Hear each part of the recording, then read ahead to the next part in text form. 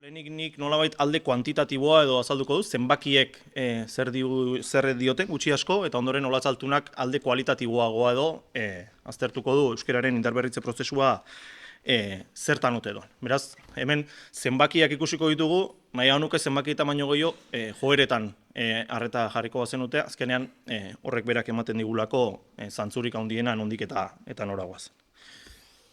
Bueno, lehenbizi ibilbide historiko labur bat, kokatzeko gaur egungo testuinguruan non gauden, bai?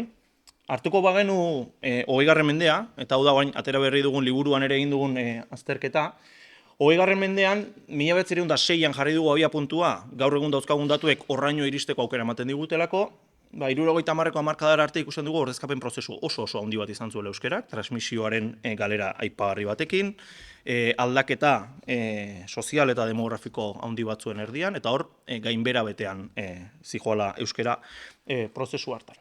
Baina, testuinguru zaila izan arren indarberritze prozesu bat iritsi zen, 70ko hamarkadan, olatu handi bat, eta uste du hitza olatua dela, naiz eta ez zuen lortu, eta horregatik kaja hori berago ikusten duzue, ez zuen lortu 20. mendearen hasierako egoerara bueltatzerik, naiz eta igoera esanguratsua izan zen.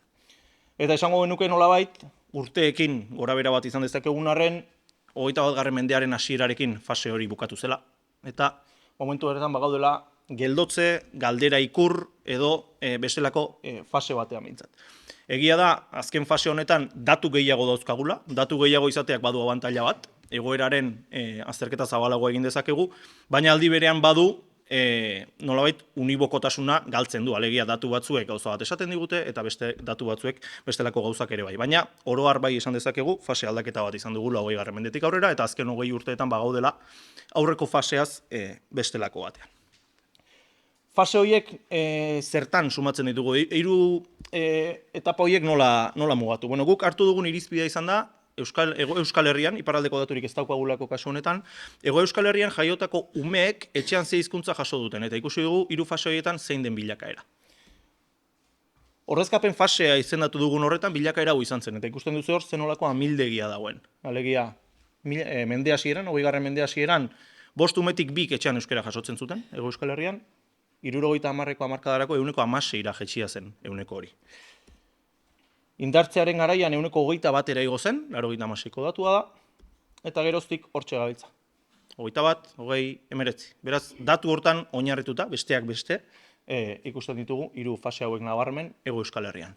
Ipar Euskal Herrian ez dago horrelako evoluziorik. Joera hau da, Ipar Euskal Herrian. 86ko datua da, iparraldekoa, kasu honetan, inkesta soziolinguistikoko ustiapen batetik ateratuko delako, eta momentu honetan ez daukagu 86tik onaino etortzeko margenik inkesta soziolinguistikoarek. Hegoaldean bai, zentsuko datuak erabiltzen ditugulako, eta beraz, umeen datuak erabili ditzakegu. Beraz, alde hortatik, hau litzateke momentu honetan, atzetik daukagun alegia, ze ibilbide egin dugun, Hego eta Ipar. Saiatuko gara, gaurko aurkezpenean, ahalik eta gehien Euskal Herri osoa kontuan hartzen, jakinda, datu iturriak iparraldearen kasuan batez ere mugatuak direla eta zailtzen digutela nolabaiteko azterketa oso bat egitea. Bueno, 7 aztergai hartuko ditugu, ikusteko zein den momentu honetako argazkia. Alde batetik, ezkerrean dauzkazuen horiek, oinarrizko adierazleak izango liratekenak, alegia hizkuntza gaitasuna, erabilera eta atxikimendu edo jarrerak. Bigarrenik aztertuko ditugu, hizkuntzaren indarberritzean eragiten duten prozesuak, hau da, hizkuntza bilakaera, sozializazioa eta aldaketa demografikoa, eta azkenik lurralde nagusitasuna edo ikuspegi geografikoa aztertuko dugu. Beraz, 7 ardatz edo izango ditu. Bueno, gaitasunari helduta. Askotan, ezagutzaren gazta hau erabilioi da, euskararen ezagutzaren bilakaera nolakoa den esateko ez da, eta 3 tipologia eta manatzen da. Euskaldunak 30%, euskara zakitenak, ia euskaldunak edo euskara ulertzen dutenak 16%, 54% euskara ulertzen ez duten erdaldunak. Bueno, Iñaki Jurrebasoren tesiak uste dut ekarri duena aldaketa handienetako bat izan dela, beste ikuskera bat txertatzea gaitasuna aztertzeko garaian, eta ezagutzari baino gehiago gaitasunari erreparatzea. Horretan oinarrituta, 3 tipologia horiek erabili ordez, 7 tipologia erabiliko ditugu, eta nolabait ispilu baten eran jokatuko dugu, euskeraren ikuspegia eta erderaren ikuspegia ere kontuan hartuta iruditzen zaigulako, bizigaren testu inguruan ezin diogula soilik euskera gaitasunari erreparatu behar diogula, beste hizkuntzetan ere ze gaitasun daukagun, kontuan izan da euskaldun elebakarrik ia ez zaigula geratzen, umeak alde batera utzita. Beraz, aztertuko ditugun tipologiak izango dira alde batetik elebakarrak, bai erdaldun elebakarrak eta bai euskaldun elebakarrak, erdaldun hartzaileak eta euskaldun hartzaileak, alegia euskera ulertzen duten erdaldunak eta erdera ulertzen duten euskaldunak, elebidunak, baina bi hizkuntzetako batean hobeto moldatzen direnak, alegia erdal elebidunak erdaraz eroso egiten duten elebidunak, euskal elebidunak erosoen euskeraz aritzen direnak, eta tartean izango genituzke elebidun orekatuak edo bietan antzera egiten dutenak. Beraz, 7 tipologiatara pasagara, 3 tipologia horiek erabili bat. Bueno, imaginatu dezakezuenez, tipologia hauen pisua oso desberdina da Euskal Herria hartuta, bai?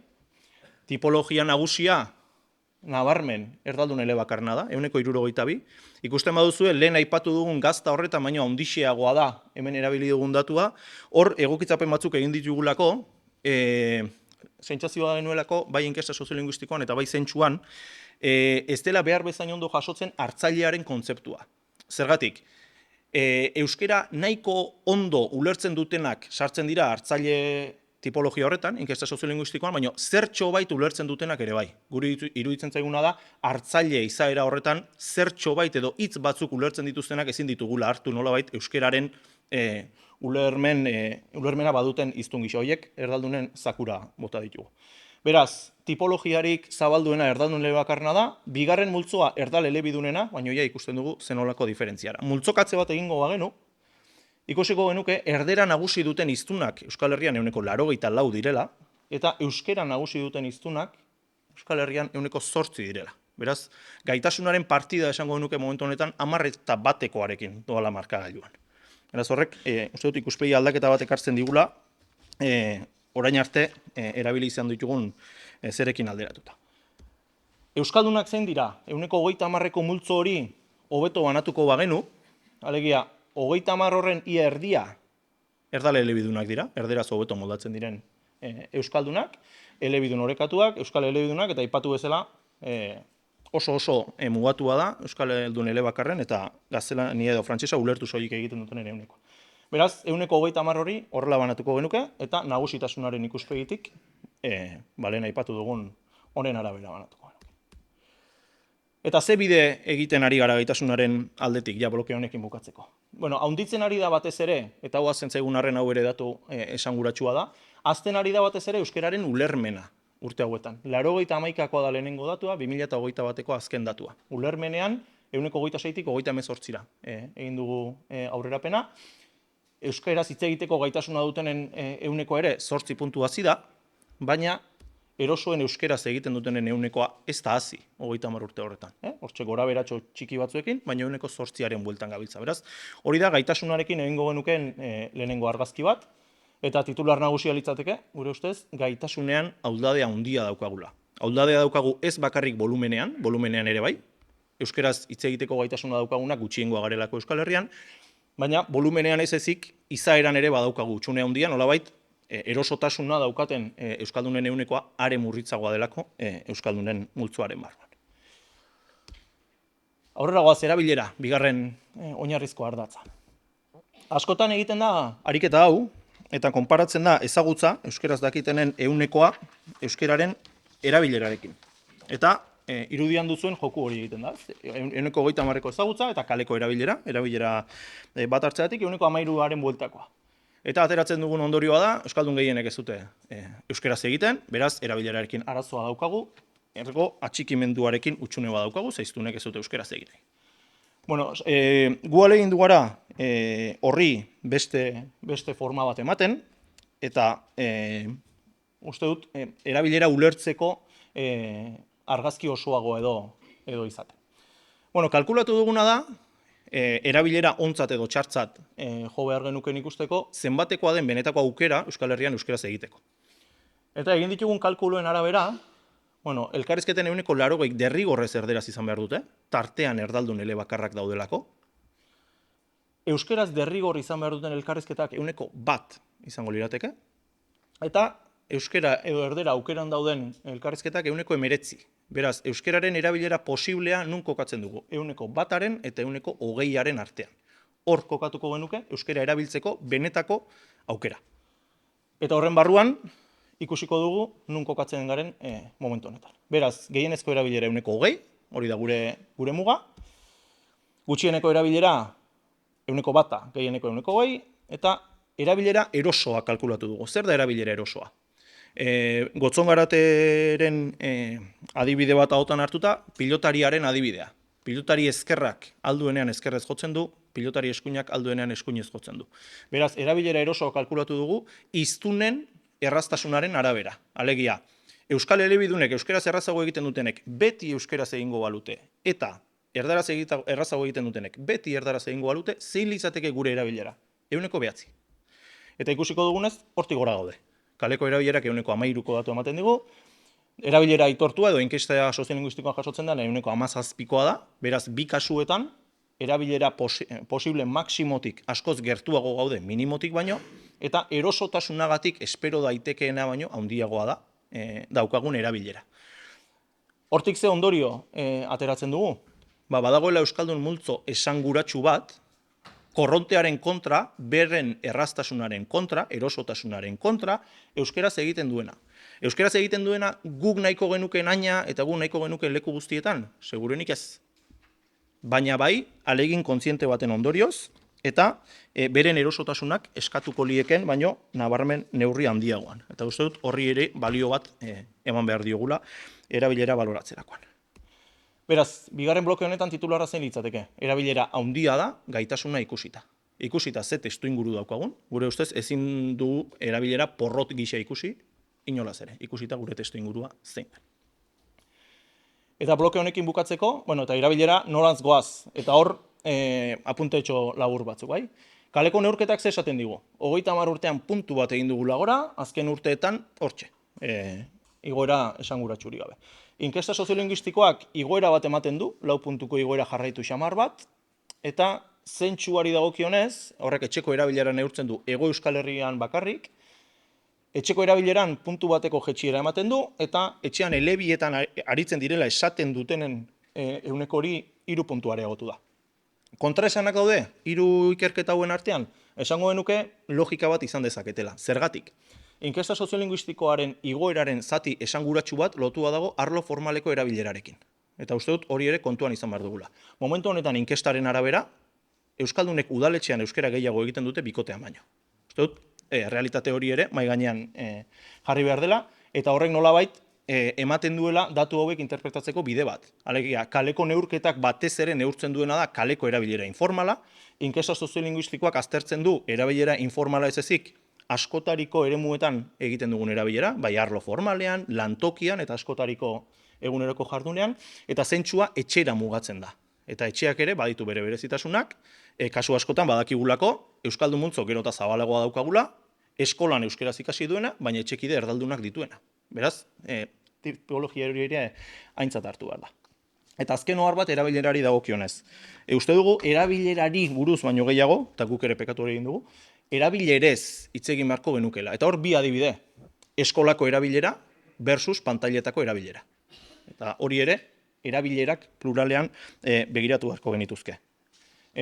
Datu zehatzetan ez gara sartuko, baina telebistan ikusi besterik ez dago, ETB baten audientzia datua zein den momentu honetan, 1%aren bueltan, 2%aren bueltan gabiltza, eta irakaskuntzako datuak dira, nolabait, erabilera eremurik handiena edo euskeraz gehien erabiltzen den eremua. Beraz, hor, desberdintasun handia badago, hiztun partikularrek eurek nozitzen duten desberdintasuna. Alegia, hiztun berak izan dezake eskolan erabilera handia, baina pantailara doanean oso erabilera txikia. Beraz, hor, aniztasun hori hiztun partikularren artean ere bada.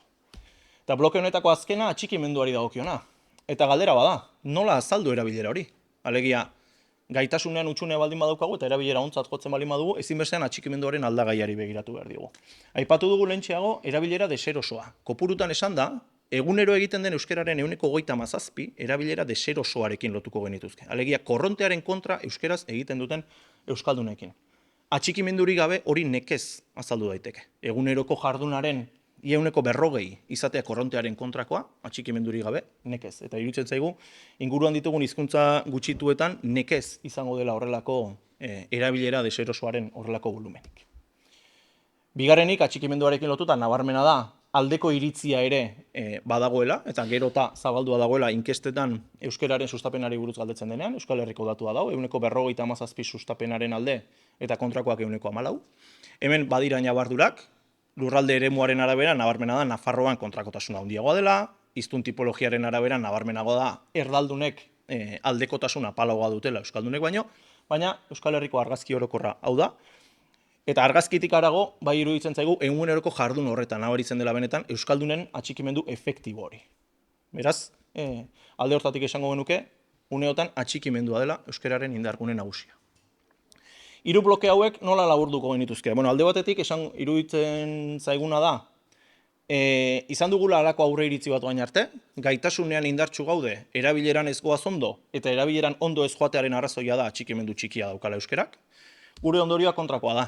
Gaitasunean zulo handia daukagu, erabileran testu ingurua ikusita ez gaude egon gintezken bezain gaizki, eta hori ezin da azaldu hiztunen atxikimendu handirik gabe. Beraz, nolabait, tortillari buelta emango genioke oinarrizko hiru ardatz hauetan. Bueno, ardatzak pasa ditugu, gogoan bali badituzue gaitasuna erabilera atxikimendua, orain begiratuko dieguna da prozesuei. Alegia, hiztunok gure bizialdian zehar ze bilakaera egiten dugun, eta inguruko bestelako prozesuek hizkuntzari nola eragiten dioten. Hemen faktore asko aipatu genitzake, baina 3 aztertuko ditugu, eta lehenengoa izango da hizkuntza bilakaerari dagokiona. Ze esan nahi dugu hizkuntza bilakaeraren kontzeptuarekin?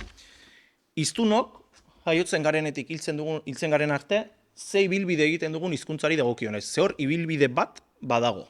Bai gaitasunaren ikuspegitik eta bai erabileraren ikuspegitik. Ibilbide hori euskararen mesederako da edo euskararen kalterako da, oro har hartuta. Bueno, hor egin ditugu bi alderaketa.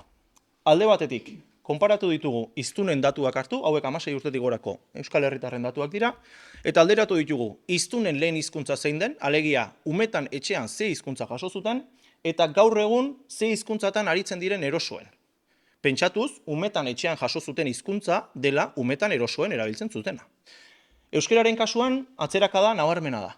Lehen hizkuntza dutenak, alegia etxean euskara jaso zutenak Euskal Herritarren 15% dira, momentu honetan 8% dira, esaten dutenak euskaraz erosoago egiten dutela erderaz baina. Beraz hor, badaukagu galera bat. Ia erdia, onda hizkuntza bilakaera horretan. Beste bi tipologietan igoera badago. Elebietan antzera egiten dutenak, 6% jaso zituzten bi hizkuntzak etxean, gaur egun 9 dira antzera aritzen direnak, eta erderaren kasuan, nagusitasuna are gehiago areagotzen da. Etxean jaso dutenak, baina are gehiago dira, gaur egun erderaz hobeto moldatzen dutenak. Hori gaitasunari dagokionez. Konparazioa erabilerarekin egiten baldin badugu, eta hemen saldoak ekarri ditut, umetan etxean euskeraz egiten zutenak, eta heldutan etxeko hizkuntza zein duten. Euskerak 56.000 hiztuneko galera dauka, kasu horretan. Beste hizkuntzen galera ere oso nabarmena da, hau hegoaldeko datua da, eta ekartzen du gaztelania asko indartzea, alegia badauzkagu 52.000 hiztun jatorri atzerritarrekoak direnak, eta beren hizkuntzari uko egin diotenak etxean, eta momentu honetan etxeko hizkuntza gaztelania dutenak. Gaztelaniak 108.000 hiztuneko irabazia dauka, erabileran, lehen hizkuntzatik, gaur egungo etxeko erabilerariekin konparatuta. Beraz hor, ikusten dugu hizkuntza bilakaera oro har hartuta, gero badakigu, kasu partikular asko daude eta sartu gaitezke ez, hiztun partikularren zeretan, baina bai iruditzen zaigu hizkuntza bilakaera oro har hartuta ez dela euskararen indarberritzaren mesedekoa. Hemen ñabardura bat bai egin nahiko genuke eta iruditzen zaigu gai honi heldu behar diogula harretaz, da ikustea bi fenomeno hauek, hizkuntza bilakaeraren bi fenomeno hauek, gero eta adin goiztiarragoetan gertatzen ari zaizkigula. Alegia, erdalduntze goiztiarranen fenomenoa izendatuko genukena. Alegia, etxean euskera jaso duten belaunaldi berriak edo umeak, sozializazio eremuetan txertatzen doazen eran, parkean, kalean, eskolan bertan, nola egiten duten aldaketa hori, bai gaitasunean eta bai erabileran. Uste dugu, hor mahai gainean jarri beharrekoa dela gai hori, kontuan izan da, zein beharrezko ditugun etxean euskara jaso duten belaunaldi berriak. Beraz, hizkuntza bilakaeran ze titular emango genuke?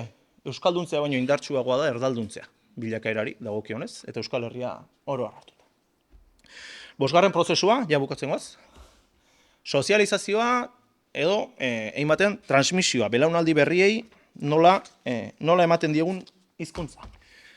Bueno, hau azaltzeko irudikatuko dugu, eta nahiko nuke zuek ere irudikatzea, sokatira bat. Bai? Badauzkagu sozializazioarekin lotuta eragile batzuk erdalduntzea bultzatzen dutenak, eta beste eragile batzuk euskalduntzea bultzatzen dutenak. Zein dira horiek? Euskalduntzea bultzatzen duten aktoren artean, lehenbizi aipatuko duguna eta ezagunena, eskola.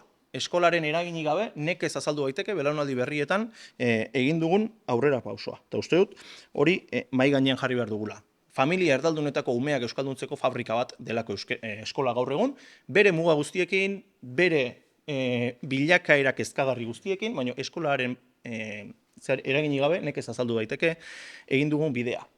Eskolarekin batera ze aipatu beharko genuke eta askotan ahaztu egiten zaigu. Familia. Familia transmisioa momentu honetan gure indargunetako bat da. Belaunaldi berriei euskera gehiago transmititzen diete gurasoek eurek umetan jaso zutena baino. Alegia, badago guraso multzo gero eta handiago bat, eta horri balio handia eman behar diogu, eskolan euskera ikasi zuena eta gaur egun hurrengo belaunaldiari euskera transmititzen ari dena. Uste dut, horri balio bat eman behar diogula, eta familiaren garrantzia ezinbestean mahai gainean jarri behar dugula. Hor egiten den inbertsioa, hein batean, zapuzten dute alde batetik testuinguru demolinguistikoak, alegia, umeak kalera doazenean ze ingururekin egiten duten topo, eta hor kontuan izan behar dugu Euskal Herritar gehienak, orain ikusiko dugun bezala, eta Euskaldun gehienak ere bai, bizi direla euskerak oso presentzia txikia daukan inguruetan, beraz horrek berak erdalduntzea bultzatzen du, eta gero eta gehiago azken urtetan askotan aipatu den gizan, ikusentzunezkoak, edabideak, kultur kontsumoa hortik ere badago. Beraz, sokatira bat irudikatu behar dugu, nolabait badago euskalduntzearen alde tiratzen duen sozializazio, transmisio eragile batzuk badaude, eta badaude horren kontra egiten duten beste eragile batzuk. Emaitza oraingo zein da? Honek gehiago tiratzen du oraindik, horrek baina. Galdera ikur gisa planteatu daiteke, datozen urteetan ere hala izango da, ze bilakaerarekin goazen ikusita? Galdera hori airean utziko. Eta prozesuetan azkena, bilakaera demografikoa. Eta honek ere, eragina handia izan du eta izango du. Bilakaera demografikoarekin uste dut egin behar dugula saiatu argazki osoa edukitzen. Alegia, bilakaera demografikoa aipatuta zuzenean ziur zuetako gehienoi jatorri atzerritarreko migrazio etorri zaizuela burura, horren eragina ere aipatu behar da, baina aipatu behar da baita ere bilakaera demografikoaren bestelako faktoreak. Alde batetik jaiotzak, hor daukazue Euskal Herriko jaiotza tasaren bilakaera. Gure apustua izan baldin bada, euskararen indarberritzearen esperantza belaunaldi berrietan jarri baldin badugu, ume gutxiago egoteak zuzenean eragiten du euskararen indarberritze prozesuan, eta hori hala aitortu behar dugu. Bigarrenik, eragin txikiago batekin, baina hori ere mahai gainean jarri behar da, heriotza tasa handitzeak ere badauka eragin bat euskararen indarberritze prozesuan. Momentu honetan, multzorik erdaldunena daukagulako adintalde helduetan, beraz, heriotza tasak ekar dezake hazkunde relatibo txiki bat. Beraz, hortxe, karriko luken. Eta migrazioekin lotuta uste dut 3 migrazio mugimenduak hartu behar ditugula kontutan, naiz eta volumen desberdina eduki. Alde batetik emigrazioa. Gazte euskaldun prestatuak atzerrira joateak badauka eragina gure hizkuntza komunitatean eta euskararen indarberritzeari eragiten dio, eta hori ere uste dut mahai gainean izan behar dugula. Jatorri atzerritarreko emigrazioak noski volumen aldetik eragina handia dauka, eta momentu honetan batez ere hiriguneetan dauka eragina, hor nabari delako batez ere migrazio motorren eragina, eta hirugarrenik hau ere ez genuke ahaztu beharko barne migrazioak. Alegia, Euskal Herri barruan inguru batetik besteetara izaten ari den mugimendua eta lehen ere izan dena. Esango genuke horren nolabait bitariko eragin bat izan dezakela. Alde batetik gune euskaldunei nola eragin diezaieken, eta kasu horretan izan daiteke beherakada ekartzeko motiboetako bat, baina beste gune batzuetara izan daiteke euskaldunen ehunekoa handitzeko bideetakoa. Beraz hor, bitariko eragin bat ikusiko genuke. Zer dator aldaketa demografikoarekin lotuta? Bueno, batetik, eta adinaren gaia uste dute beti presente izan behar dugula, gizarte zaharrago bat, gizarte gero eta zaharrago bat. Hau da, Siadekoren proiekzioa, azken aldian zer esan handia eman duena, hor nabarmena da, 64 urtetik gorakoak are gehiago izango dira hurrengo urtetan, eta horrek noski ekarriko digu aldaketa bat indarberritze prozesura. Ikusi umeen presentzia nola di joan, gero eta gehiago txikitzen. 14 urtetik berakoak ez dira 10% iritsiko 2026an. Beraz, alde horretatik horrek freno bat ekarri dezake gure adierazleetan. Eta noski, migratzaileen ehunekoaren aldaketak ere ekarriko digu bestelako politika batzuk hartu beharra. 2026erako hegoaldeko proiektzioa delako ia bikoiztu egingo dela jatorri atzerritarreko herritarren proportzioa, baina aldi berean jatorri espainiarreko herritarren proportzioak ere beherakada handia izango du, horiek ja adinean gora doazelako, bere garaian 60-70ko hamarkadan iritsi zirenak pixkanaka hiltzen doazen eran. Honekin lotuta bai, migrazioaren gai hortan, uste dut foko batzuk bai identifikatu behar ditugula, eta SIADECoren lan horretan nabarmen azaltzen da, migratzaileen profila batez ere gaztea izango dela. 25-40 urte bitarteko migratzailei buruz ari gara, eta haien ondorengo belaunaldiaz, ezta? Baina hor, proiekzioan ikuste dut datu bat nabarmena badela, aurreikuspena da 2036an, 25-40 urte bitarteko hegoaldeko biztanleriaren erdia izango dela jatorri atzerritarretik Hego Euskal Herriera etorritakoa. Beraz, hor uste dut, bai gainean badokagula erronka importante bat. Beraz, bilakaera demografikoak bete-betean eragin du eta eragingo du. Eta esango genuke, euskararen hutsuneak erreproduzitu egiten dituela migrazioak. Alegia, lehendik dauzkagun egiturazko hutsune horiek, eta horietatik bat nabarmena aipatzeko euskaraz jakiteko beharrik ez dagoela Euskal Herri gehienean, nolabait, gure egiturazko hutsune horiek erreproduzitu edo birsortu egiten dituzte, area geriagoan jartzen dituzte migrazio mugimenduek. Eta bukatzeko lurraldearen ikuspegia edo nagusitasun eremuena. Hemen banatu ditugu udalerriak 5 tipologiatan, beren erabileraren arabera, hemen erabilera hartu dugu udalerriak sailkatzeko irizpide gisa. Hasiko gara ezkerraldetik, erdera oso nagusi duten udalerriak lirateke euskara 20 baino gutxiago erabiltzen dutenak, 20-40, 40-60, 60-80, 80-tik gora. Hau da, banaketa orekatu bat bosten artean. Gure errealitatea, hau da. Biztanleriaren 80-83 bizi da, euskara erabilera 20-20tik berakoa den eremuetan. Euskara nagusi den edo 60-tik gora erabiltzen den arnasgunetan biztanleriaren 6. Hori da gure testu ingurua.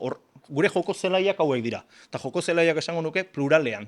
Hor baditugulako oso ezaugarri diferentetako eremuak, eta uste dut hor badaukagula eremu horietako bakoitzera hobeto egokitzeko erronka bat. Aipatu dugu, eremu euskaldunenean minoria bat, oso minoria bat bizi dela, baina uste dut datu bere oso kontuan hartu behar dugula. Biztanleriaren 11 bizi den udalerrietan, hobeto esan da, ekoizten da momentu honetan euskararen erabileraren erdia. Beraz, inguru euskaldun horiek edo dentsitate handiko eremu horiek ez ditugu bakarrik baloratu behar nolabait alde kualitatibotik, eta alde kualitatibotik ere garrantzi berezia dute, baloratu behar ditugu baita ere alde kuantitatibotik. Eremu horren gainberak oso kinka larrian jarriko lukeelako Euskal Herri osoaren ikuspegitik behiratuta euskararen erabilera. Eremu horietan egiten delako, biztanleria minoria bat izan da ere, euskaldunen gutxiengoa bizita ere, inguru horietan egiten delako euskararen erabileraren erdia momentu hauetan. Logikoa da, erabileraren zati esanguratsu bat eukitzea inguru horiek, zergatik. Beste faktore askoren artean, baina batez ere 2 faktorek determinatzen dutelako erabilera. Oro har esan da, alde batetik hiztunen erosotasunak, egokitasunak edo euskaraz egiteko beren gaitasunak, eta inguru horietan dago euskaraz eroso egiten duen hiztun gehien proportzioan, eta bigarrenik testu ingurua. Alegia, nik ze aukera daukat euskaraz egiteko inguruak zertara bultzatzen hau, eta inguru horietan dago horretan ere egokierarik handiena euskaraz egiteko. Beraz, alde horretatik uste dut oso kontuan hartu behar ditugula.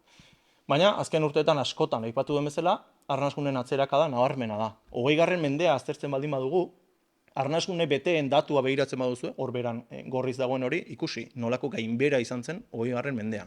Arnasgune sendoenen presentzia 25-tik 1%ra jetxi da 20. mendean, eta azken urte hauetan joera aldaketarik ez dago. Alegia, hemen erabili duguna da, erabilera datua 81-tik 2021-era, eta nabarmena da, zenbat eta erabilera sendoagoa, jetxiera area handiagoa.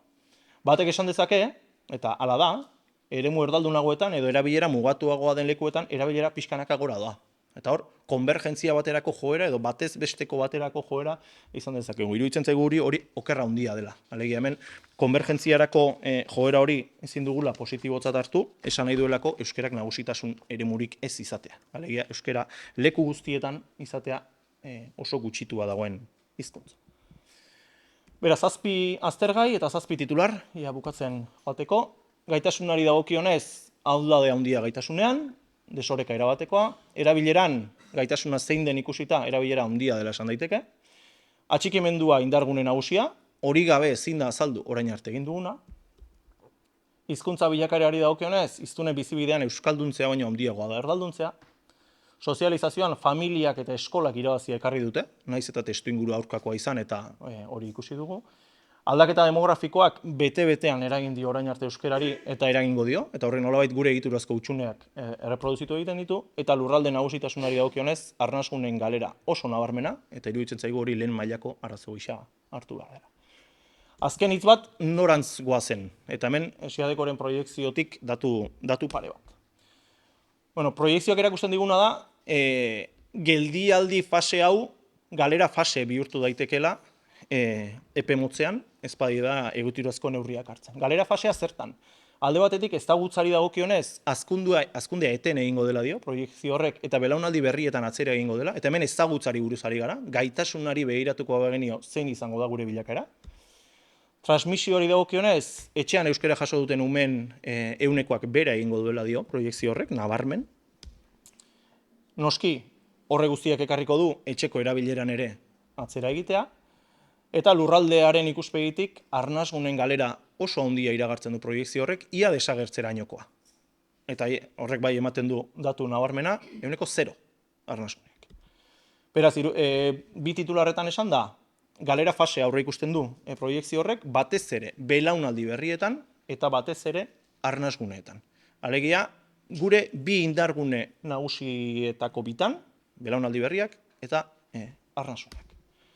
Beraz, esnatzeko dei batekin bukatu nahiko genuke, hau Jurrebasok askotan esaten du, aurreikuspenak ez dira kristalezko golak.